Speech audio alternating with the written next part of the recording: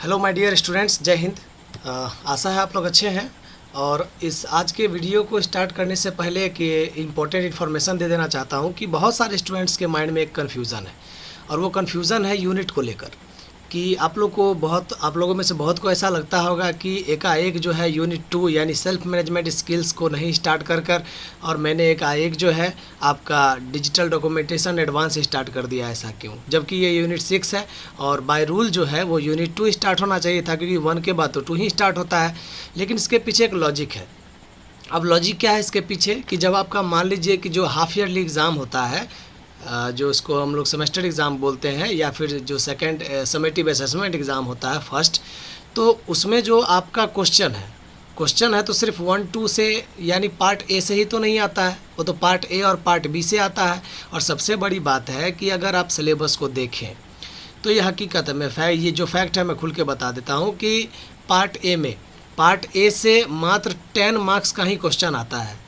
अगर आप लोगों ने सिलेबस नहीं देखा है तो देख लीजिएगा, और अगर कहेंगे अगर ज़्यादा प्रॉब्लम होगा तो मैं सिलेबस को भी एक दिन एक्सप्लेन कर दूंगा।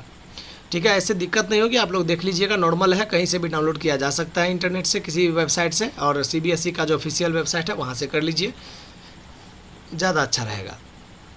तो वहाँ पे क्या देखते हैं कि पार्ट ए से मात्र 10 नंबर का क्वेश्चन और पार्ट बी से जो है वो 40 नंबर का क्वेश्चन है। ठीक है, और आपका जो समेटिव असेसमेंट 1 का जो एग्ज़ाम होगा तो भी वो भी इसी टाइप से होगा। ठीक है, तो ऐसी स्थिति में मान लीजिए कि पार्ट ए से ही आपको मैं सारा पढ़ाते हुए चला जाऊं तो फिर आप लोग को जो बेनिफिट मिलना चाहिए वो नहीं मिलेगा। इसलिए यही मोटिव है इसके पीछे कि पहले कम्युनिकेशन स्किल्स 1 पढ़ा दिया गया है, अब ये आपका यूनिट 6 पढ़ाया गया है। अब इसके बाद ठीक हम फिर स्टार्ट कर देंगे से ये unit 2 self management skills start करेंगे। तो इसी के हिसाब से एक यूनिट पार्ट ए से, तो फिर दूसरा यूनिट पार्ट बी से, तो और यूँ ही चलते रहेंगे। ओके, तो चलिए स्टूडेंट्स, हम लोग आगे बढ़ते हैं आज के इस वीडियो में। और इस आगे बढ़ने से पहले बस आप लोगों से एक गुजारिश है कि बस आप लोग ही बेनिफिटेड नहीं होंगे। इस वीडियो को देखने के बाद आप लोग को अच्छा लगे, समझ में आए, तो इसको औरों को भी, अपने फ्रेंड्स के साथ भी इसको शेयर करें ज़्यादा से ज़्यादा, ताकि इसको बनाने के पीछे मोटिव ही यही है कि ज़्यादा से ज़्यादा स्टूडेंट लाभान्वित हो। ठीक है, जो मेरा स्टूडेंट है वो तो पढ़ ही रहे हैं, लेकिन जो बाहर के स्टूडेंट है स्पेशली आप लोग के लिए बनाया जाता है वीडियो। ठीक है, आउट ऑफ बिहार जो भी स्टूडेंट है ये उनके लिए बनाया जाता है। तो आप लोग कोऑपरेट करें, इसको ज़्यादा से ज़्यादा शेयर करें। अगर देखेंगे व्यू अच्छा खासा जा रहा है, आप लोग शेयर कर रहे हैं, तो मेरा मेहनत रंग लाएगा और फिर मैं और भी मोटिवेट होऊंगा इस तरह के वीडियो को लाने के लिए। तो चलिए स्टूडेंट्स, हम लोग आगे बढ़ते हैं और आज के इस पार्ट में आपको बताते हैं एडिट द डॉक्यूमेंट। इससे पिछले वाले वीडियो में हमने यूजिंग द नेविगेटर तक बता दिया था, और अभी से बताएंगे एडिट द डॉक्यूमेंट, यानी डॉक्यूमेंट को एडिट कैसे करना है, चेंज कैसे करना है इसमें। ओके, तो चलिए इसमें हम एक पॉइंट टाइप कर लेते हैं। क्या? तो एडिट द डॉक्यूमेंट, एडिट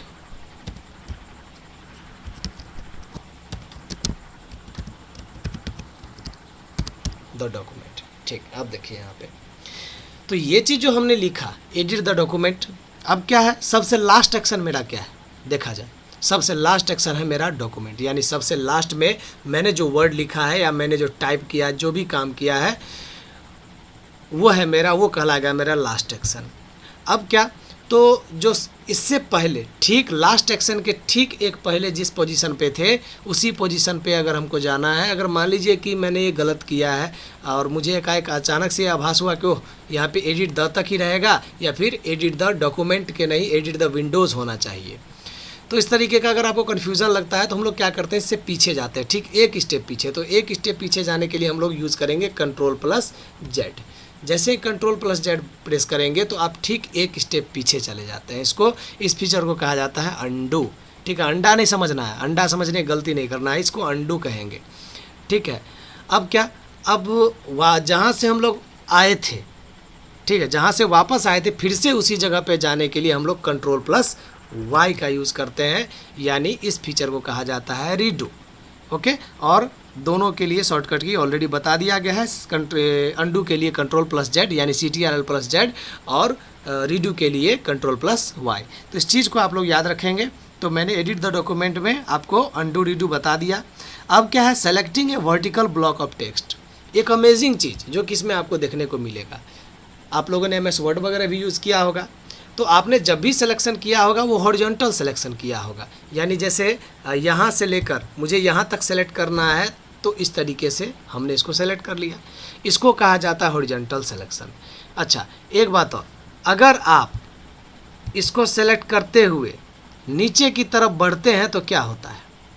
अगर इसको सेलेक्ट करते हुए अगर हम लोग नीचे की तरफ बढ़ते हैं तो देख पाते हैं कि पूरे सिलेक्शन में जो भी वर्ड है A to Z word select हो गया, जबकि मेरी इच्छा कुछ और थी। मेरी इच्छा थी कि चलो एक इसको सेलेक्ट किए, फिर इसके ठीक नीचे नेविगेटर को सेलेक्ट किए, फिर इसके ठीक नीचे इंस्टॉलेशन को सेलेक्ट किए, इस तरह का सिलेक्शन करना चाहते थे। ठीक है, अगर ऐसा देखा जाए आप करना चाहेंगे तो कर सकते हैं। इसके लिए आपको कंट्रोल की होल्ड करके रखना पड़ेगा और जो जो वर्ड सेलेक्ट करना चाहते हैं, जैसे मैंने देखिए इसको सेलेक्ट किया है, फिर कंट्रोल की प्रेस करेंगे और फिर जिसको सेलेक्ट करना है उस पर क्लिक करके ड्रैग कर देंगे। ठीक है, तो इसके लिए कंट्रोल की प्रेस करके रखिए और उसके बाद फिर क्लिक करो, ड्रैग करो, क्लिक करो, ड्रैग करो, बहुत लफड़ा होता है ना। तो हॉरिजॉन्टल सिलेक्शन तो आसान है, एक बार क्लिक करेंगे, ड्रैग करेंगे, चलो हो गया। लेकिन वर्टिकल सिलेक्शन थोड़ा मुश्किल का काम हो जाता है, लेकिन लिब्रे ऑफिस राइटर में इसी को आसान बनाया गया है। यानी आप हॉरिजॉन्टल सिलेक्शन के अलावे वर्टिकल सिलेक्शन भी कर सकते हैं, जैसा अभी मैंने किया, जो कि लंबा लंबी होगा, वर्टिकली होगा। तो इसको करने के लिए क्या करना होता है? तो इसके लिए दो तरीके हैं। जो पहला सबसे ईजी तरीका होता है वो है शॉर्टकट की Alt plus shift plus F8 की का यूज़ करना। ये तीनों की कॉम्बिनेशन का यूज़ करेंगे तो वर्टिकल सिलेक्शन मोड एक्टिवेट हो जाता है। उसके बाद जब भी आप सिलेक्शन करेंगे तो वर्टिकल करेगा। ठीक, दूसरा तरीका होता है कि आप एडिट मेन्यू में जाइए। एडिट मेन्यू में जाने के बाद आपको मिलेगा सिलेक्शन मोड। ठीक है, सिलेक्शन मोड में जाएंगे और इसके बाद देखेंगे दो ऑप्शन है यहाँ पे, एक स्टैंडर्ड है, दूसरा ब्लॉक एरिया है। तो हम लोग ब्लॉक एरिया पे क्लिक करेंगे। अब क्या है देखेंगे, अब जहाँ से जैसे मूव और उससे नीचे मुझे सेलेक्ट करना है तो मूव पे क्लिक करो और ड्रैग करो। ये देखो, देखिए हम नीचे की तरफ ड्रैग कर रहे हैं तो क्या देख पा रहे हैं कि वर्टिकल सिलेक्शन हो रहा है, ब्लॉक सेलेक्ट हो रहा है वर्टिकली। ठीक है, तो ये वर्टिकल सिलेक्शन में अगर आपको मान लीजिए कुछ चुनिंदा वर्ड आपको सेलेक्ट करना है और वो सीरियली नीचे की तरफ लिखा हुआ है तो वर्टिकल सिलेक्शन का यूज हम लोग करते हैं। ठीक है, इसका ज़्यादा बेहतर समझेंगे मेरे हिसाब से कि अगर जैसे मैं यहाँ पे कुछ लिस्ट टाइप करता हूँ या मैच द फॉलोइंग जब हम लोग क्रिएट करते हैं तब उस समय ये बहुत ज़्यादा हेल्पफुल होता है। जैसे एग्जाम्पल देख लीजिए थोड़ा सा।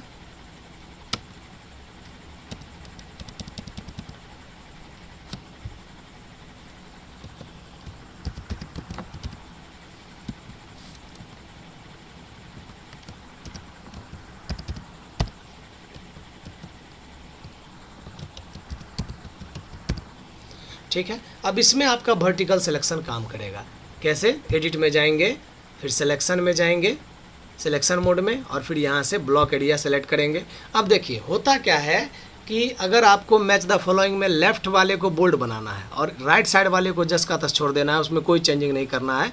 ठीक है, अगर हम लोग हॉरिजॉन्टल सिलेक्शन करते हैं तो क्या होगा, जैसे ही हम लोग अनुराग को सेलेक्ट करके नीचे की तरफ बढ़ते हैं तो आपको मैं वो भी दिखा दूंगा कि ये जो सिलेक्शन जो है वो आपको राइट साइड में भी बढ़ जाता है। ठीक है, अब ऐसी स्थिति में अगर कोई भी मॉडिफिकेशन करते हैं, बोल्ड इटैलिक अंडरलाइन कुछ भी फॉर्मेटिंग हम लोग करते हैं तो जो भी करेंगे वो तो सेलेक्टेड पर ही लागू होगा।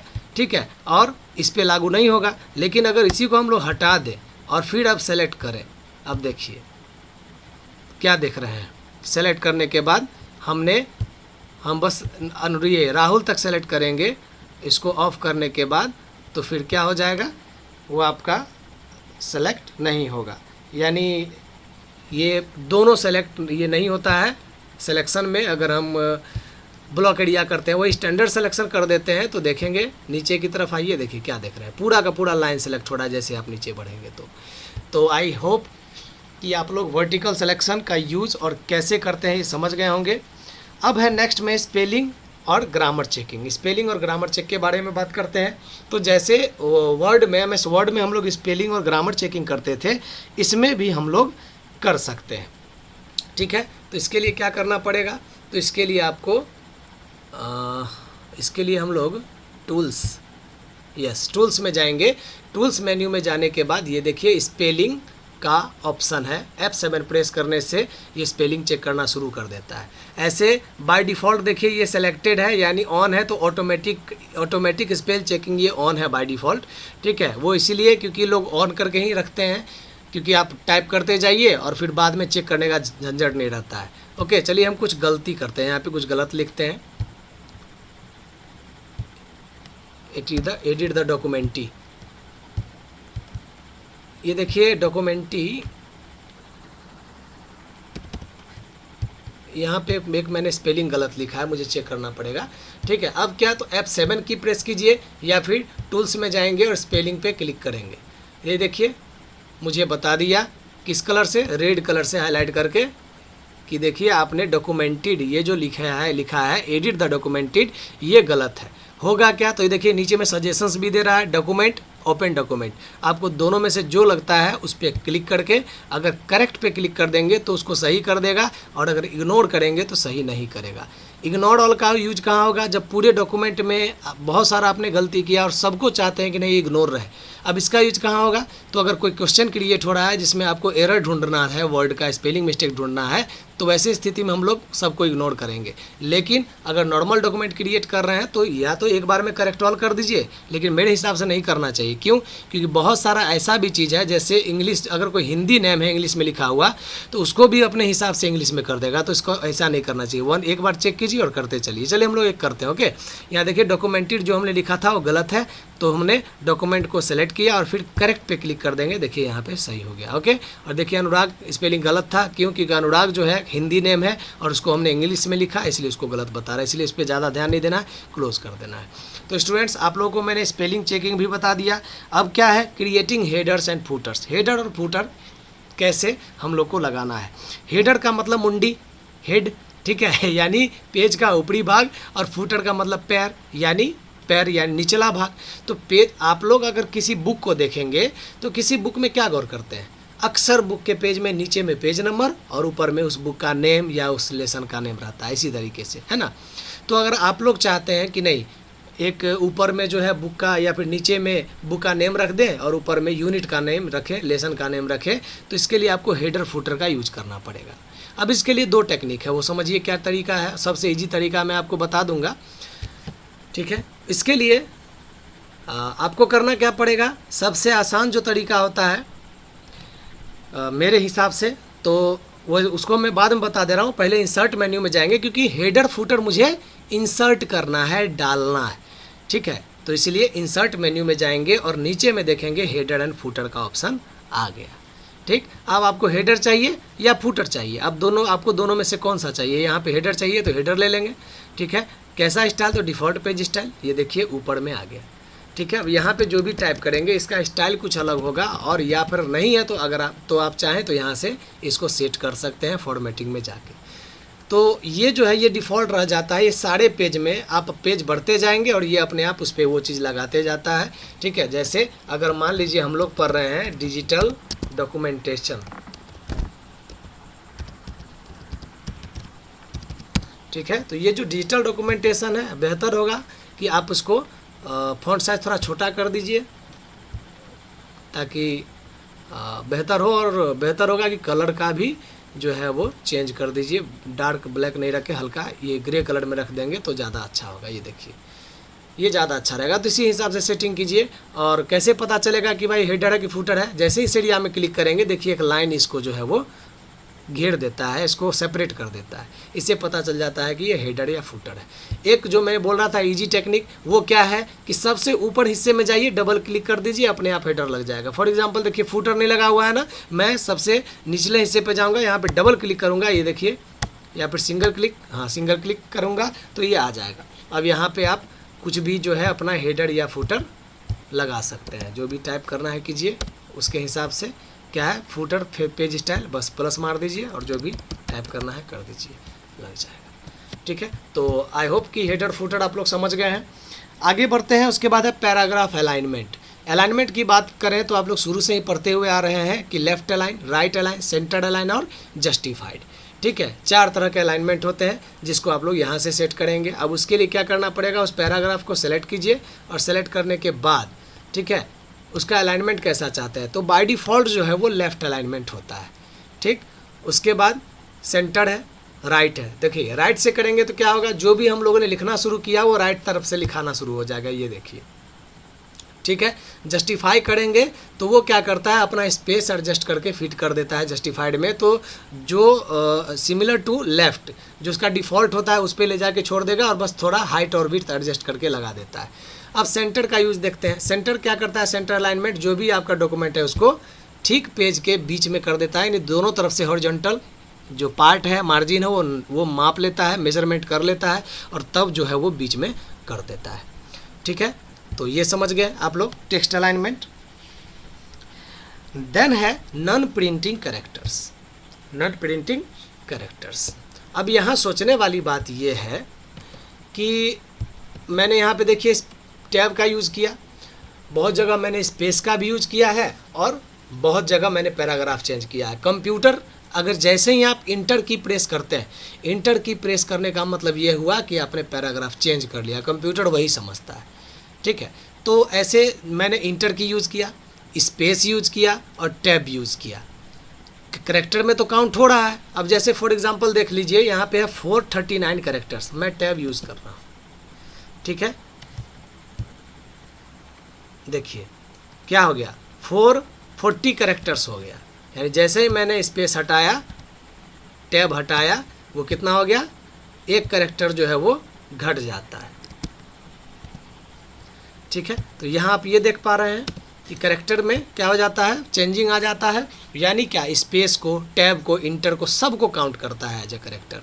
लेकिन दिखता तो नहीं है ना, वो दिखता तो नहीं है कि मैंने यहाँ पे कौन सा यूज़ किया है। हो सकता है कि मैंने इतना स्पेस लिया है अनुराग और कुमार के बीच में, हो सकता है कि ये मैंने स्पेस बार का यूज़ किया हो टैब के बदले, ठीक है। तो ऐसा इस तरह के कैरेक्टर को कहा जाता है नॉन प्रिंटिंग कैरेक्टर्स।